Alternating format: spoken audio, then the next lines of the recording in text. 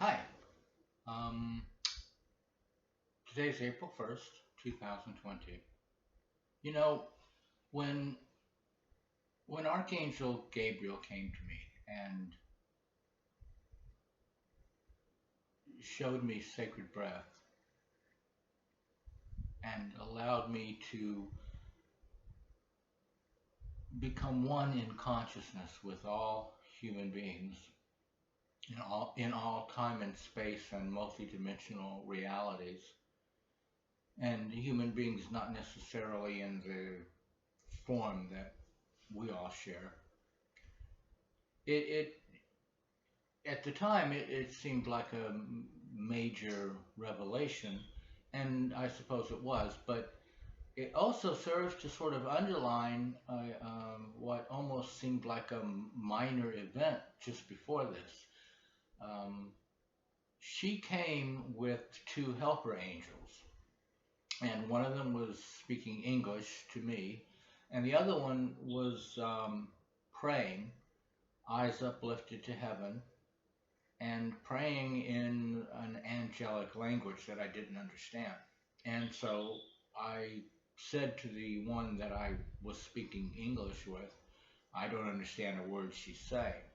And his reply um, was, at the time, seemed kind of almost minor, but then looking back on it after the experience with Archangel Gabriel, I saw its significance because what he said was, "You understand her perfectly well. You're just pretending you can't understand because you're pretending to be from here."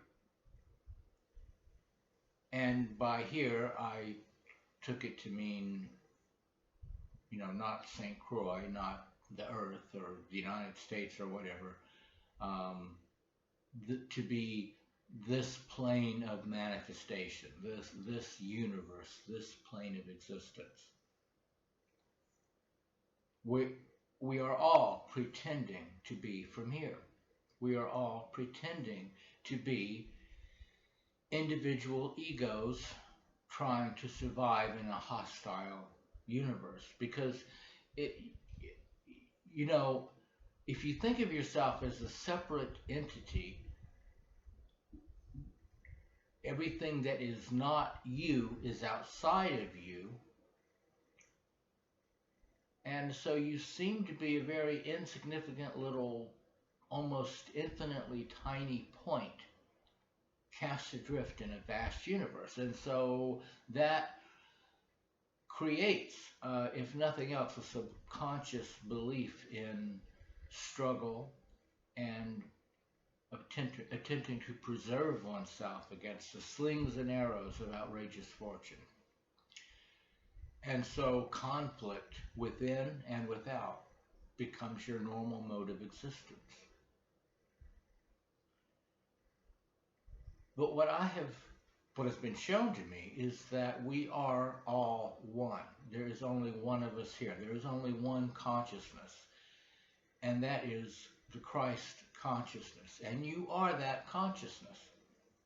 That is the second coming of Christ. The second coming of Christ is not going to be Jesus of Nazareth coming down from the clouds and dressed as some sort of first century Palestinian king. The second coming of Christ is going to be when we all realize that we are all the Christ. When we all take to heart Jesus of Nazareth's words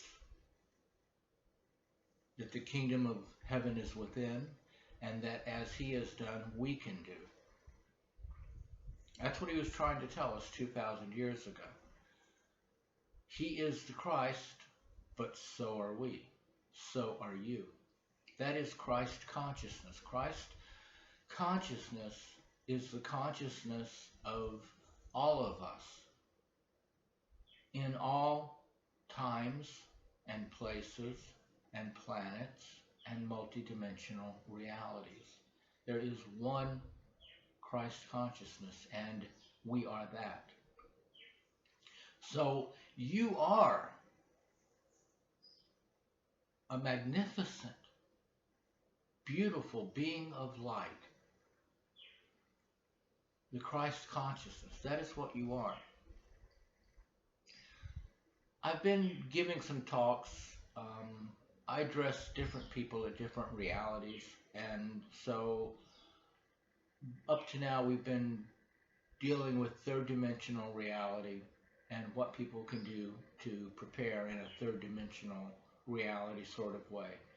But ultimately, what this coronavirus situation is about is it's about knocking out all of your supports, taking away from you everything that you think you need so that you can discover you don't need any of that. You can live on prana. You can live on light. You can live in love. You can create your own reality. You can manifest the Christ consciousness. You can join in love and unity with your community.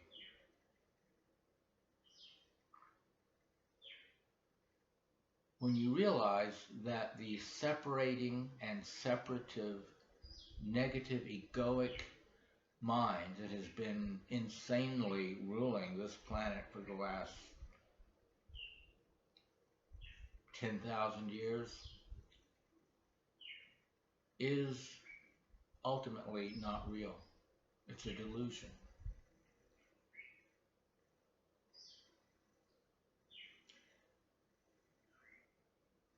So we want to focus now on who you really are and resting in the light and the love of your true presence.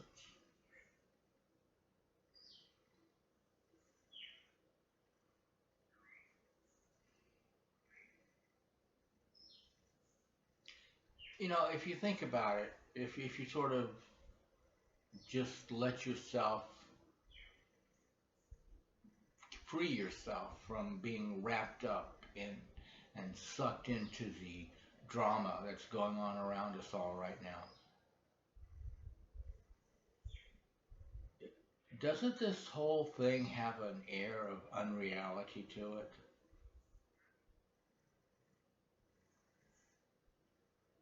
If you look at your personal reality, one moment everything is normal, the next moment it's the end of the world. Think about that. Think about the dreamlike quality of your experience in recent months for most people, recent years for a lot of us,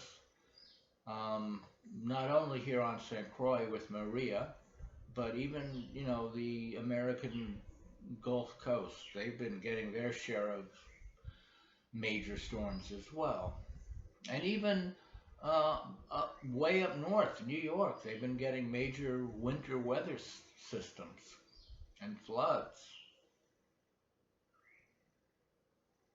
Really, have any of us had a normal, status quo, stable reality over the last 5 years or so? And isn't the thing about a dream is that one minute everything looks normal, the next thing you know, everything's upside down. And haven't we been experiencing that kind of unreality more and more frequently over the last recent history? So this is this is a wake-up call. More and more, our reality is going to take on the appearance of a dream, because it is a dream. More and more, it's always been a dream, but it's always been a dream that it's hard to wake up from because it seems so real. But now it's getting easier to wake up from because it's becoming more and more obvious that it is a dream. It's becoming more and more obvious, the the unreality of our experience is getting easier and easier for almost anyone to see. I mean, if you have just the slightest bit of conscious awakening taking place within you, there's a part of you that is saying, this can't be real. And the whole point of it is for us to wake up to our Christ consciousness. So, you know, you are Christ consciousness pretending not to understand what I'm saying because you are pretending to be from here. And that part of you that is pretending to be from here, I'm also trying to help those those parts out, those parts of us that are still resonating at that frequency. So I'm telling you things like, be prepared, dig in for the long haul. This isn't going to be over quickly. You've got to be mentally gentle with yourself. Give yourself permission to process what you're feeling, to feel what you're feeling. And that's also good advice, though, helpful advice for those of us who are ready for the new reality, because the part of you that is pretending to be from here and pretending that you are not the Christ consciousness will not wake up until you are ready to wake up.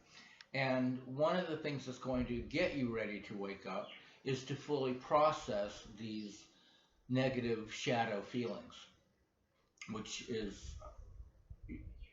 a lot of people, that's kind of the work that I do, because a lot of people use spirituality as an escape, as sort of a drug, a way to anesthetize themselves against what they're really feeling, and that does not work. You have to use spirituality for true growth, and that means working with your negative ego to understand it, comprehend it, have compassion for it, and ultimately, eventually transcend it. You've got to do the work. You can't avoid the work. You cannot escape the work. You cannot use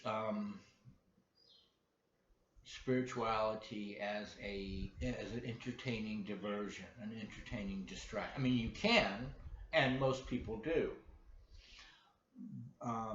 but that doesn't get you anywhere. That just keeps you stuck in the cycle of the repetitive dream.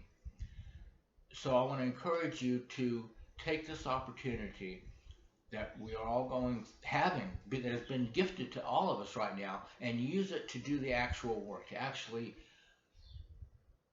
move through your stuff. And realize that that part of you that seems locked into this reality is not the sum total of who and what you are, and that in truth you are the Christ consciousness.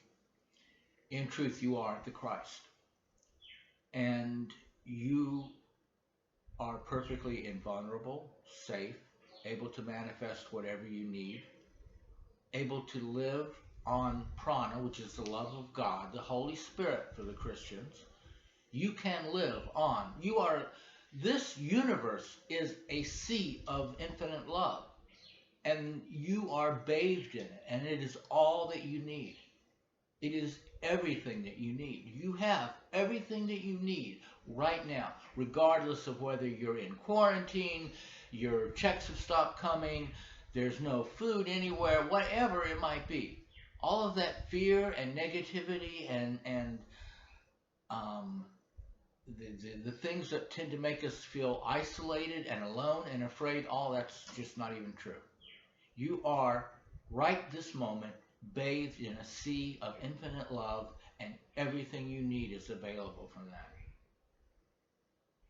And you are one with that because you are the Christ consciousness. And so what's going on now, this rapid dislocation in the normal, typical dream that we've all been having, where now everything is just suddenly, wow, what's this about? That is to help you wake up. And it is to take away from you all of the normal supports that your normal life normally has, right? So you can be free of all of that. Um, so let me close this with a kind of a helpful practical thing that I teach in a lot of my classes. And this is something called 20 connected breaths. And you do it sitting down, um, eyes eyes closed the first few times. Later on, when you get good at it, if you want to experiment, you can do it with your eyes open. And so 20 connected breaths. You breathe in and out through your nose. You connect the inhale to the exhale. And it's called 20 connected breaths, but really it's 5 connected breaths repeated 4 times for a total of 20. The first 4 breaths are as fast as you can. Now, I always used to say as fast as you can, and then everybody got into extreme sports and extreme exercise, and now when I say as fast as you can, people are like trying to rip the tops of their heads off. So as fast as you sensibly can, okay? And fast, but if you're one of those extreme kind of people, maybe not actually as fast as you can. All right, so fast. 4 breaths fast. And then the fifth breath is as deep as you can. Again, as deep as you sensibly can. Right? So 4 fast and 1 deep. That's 5 breaths. And you repeat that 4 times. So you keep going. Um, your sixth, seventh, eighth, and ninth breaths will be fast. Your 10th breath will be deep. 11, 12, 13, 14 fast. Your 15th breath deep. 16, 17, 18, 19 fast. Your 20th breath deep. So every fifth breath is the deep one. That's how you keep track. I lose track, so I have to count on my fingers. So what I do is every fifth breath, I stick out a finger or a thumb, and when I've got 4 of them out, I know I've done 20. If you accidentally do 25, it's not going to kill you, so that's not really a big deal. But if you want to do 20 connected breaths, that's how I keep track. You may not need to. All of the breaths are connected. There is no pause between the inhale and the exhale. So it's actually good to not even think of it as inhale and exhale. Because when you say in and out, or inhale, exhale, or 1, 2, 3, 4, that makes you psychologically tend to pause between breaths. So think of it as just a circle, a continuous circle, one breath, one continuous breath. The inhale connects to the exhale connects to the inhale back to the exhale, back to the inhale. No pausing between breaths. And the first breath is connected all the way through to the 20th breath. Don't pause between sets of 5. That's a mistake people tend to make. There are no sets of 5. Breath 1 connected all the way to breath 20. And when you do this, what it's going to do is it's going to activate the life force energy in your body. And after you've completed your 20th breath, don't open your eyes and jump up right away and go run outside and work on your car or something. Sit in the quietness for a moment and feel the effect on your mind and body. You're getting in touch through this very simple exercise, which seems almost like nothing. You're getting in touch with your own Christ consciousness. It quiets the negative egoic mind, gets it to at least slow down, if not completely cease all of its chatter, and puts you in touch with your core essence. And this exercise can be really helpful to you in, the best way to deal with the stressful, anxiety-provoking events that are going to be coming at us and are coming at us now in this current dreamlike situation is to get in touch with our inner presence, our Christ consciousness, your inner essence. Once you've stilled the egoic mind, your inner essence is the Christ consciousness. And this will help you get in touch with it. So so it's in and out through the nose. You breathe in and out through your nose, not your mouth. And so I'll demonstrate, and hopefully this will make everything clear. And like I say, I lose track. I count on my fingers. You may be more intelligent than I am and not need to do that. So if you don't need to count on your fingers, then just keep both hands in your lap. I keep one hand in my lap and I count on my fingers with the other. And normally I keep my hand in my lap, but I'm holding it up now so that you can see it. So it'll help you also as you're watching this demonstration, um, keep keep keep up with the count and realize what I'm doing, because the I don't think the camera is going to be showing much in subtle detail. So this will help. And so don't do it. Just watch me, and then maybe I'll do it a second time, and you can do it with me. Although you'll have your eyes closed, so I'm not sure what good that's going to do. But maybe just having me energetically there with you will be of some assistance. But this time, just watch. All right.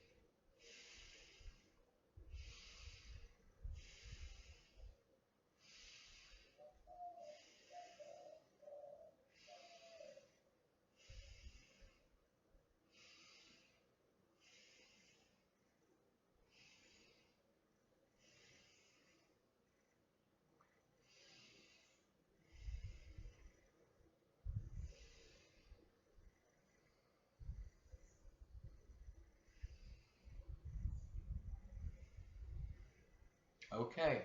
So you won't do it the same as I did it. For one thing, one of my nostrils, it just turned out, was plugged up. So I was breathing only through the other one, and so it sounded louder than it normally does. And when you do this, if one of your nostrils is plugged up, or even both of them, or that doesn't make any difference. Don't use that as an excuse not to do it, because one of the things this does, your nose becomes plugged up as different as the hemisphere that's the most active in your brain is switching, because you're constantly going back and forth. You tend to, during the day, use the left or the right hemisphere more. And so your nose will be left or right. One will be blocked, one will be clear. And what you really want is to be balanced, and this will help you to achieve balance. The other thing you might have noticed is that my last four breaths were faster than my first four, and my last deep breath, the 20th breath, was deeper than the fifth breath. Because as when your first five, you're just starting out, you're not really warmed up yet. By the time you get to the 20th, or the last set of five, you're warmed up, you're stretched out a little bit, and so it's good exercise for your lungs and your rib cage and your diaphragm, and you get warmed up, and so your breaths get a little faster and a little deeper.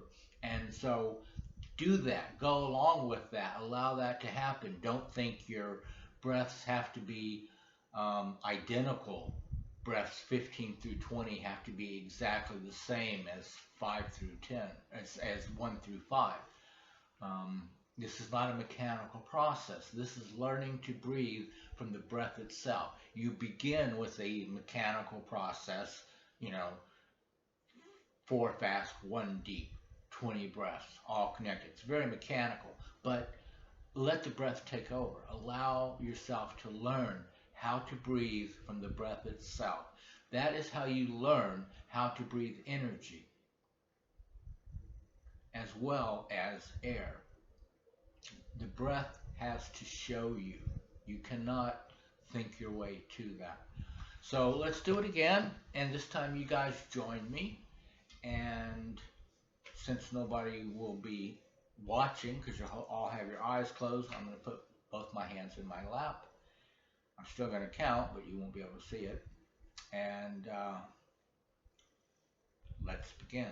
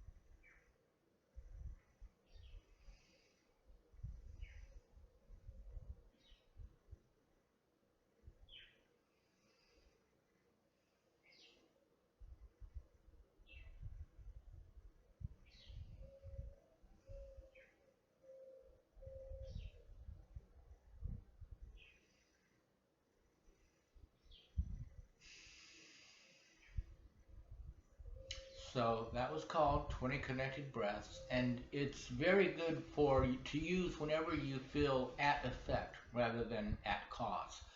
When you feel like you are the victim of outer circumstances coming at you faster than you can handle, and you're wanting to give in to the temptation to react against them to protect yourself, which is ultimately, what the ego is all about. It's about resistance to the present moment, reacting against the now in order to keep you safe. And all of that's illusion because you are already perfectly safe. So that makes you feel like you are at effect. You are the there's something outside of you that's causing your reality, and you're just the effect. You have no control over anything. The truth is you are the cause of everything.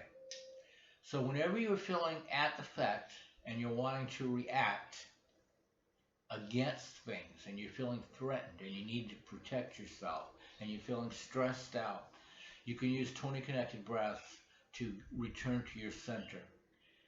And just realize that everything that's happening now,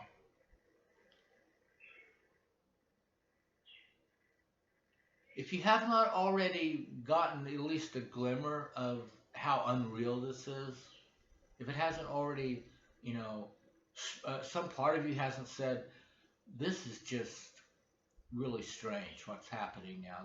This 2 months ago, a month ago, everything was normal. Now suddenly, it's the apocalypse. Think about how strange that is, how odd, how unreal. It's a dream. And the when you have a dream at night, at first everything seems perfectly normal, or at least it may even be totally weird, but you've completely bought into it, so you've accepted it. You live in a world where there's two dimensions and monsters are around every corner and people are flying by flapping their arms, or whatever your dream might be. And at first, you just get sucked into it, and that's normal. But at some point during the dream, you'll be like, wait a minute. People don't fly by flapping their arms.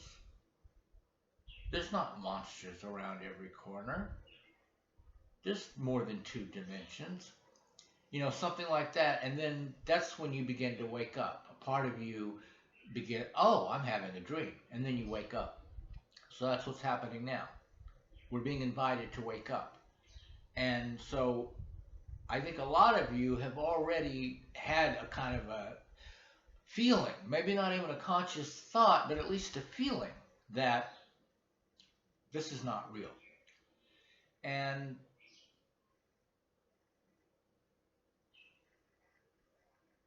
So this will help you in processing that. And if you haven't had any kind of a feeling, well, hopefully now after this talk you've begun to consider it. And then again, this 20 connected breaths will um, use it as a tool to help you through this transition because um, when my previous talks, I've been, like I say, I'm dealing with people at different levels of reality.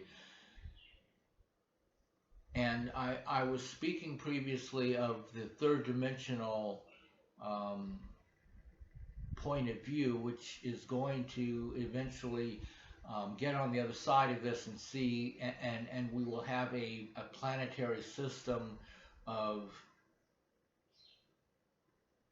peace and love and joy and unity and an economic system of abundance and prosperity for all people. But that's not going to happen without a realization of Christ consciousness on some level, in some form, for everyone. And that is going to happen. There actually is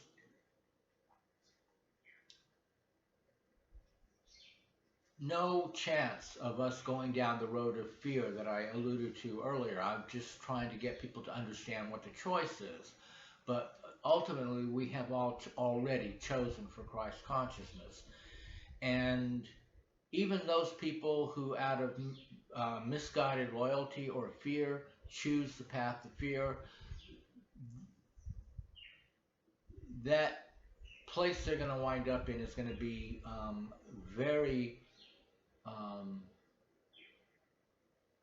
transparently unreal, and it's not going to last for very long before they ascend along with the rest of us. So ultimately, the news is very, very good, and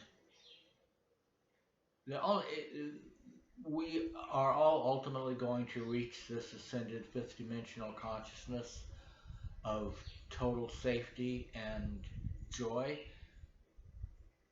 and the only difference is going to be how quickly or how slowly people get there.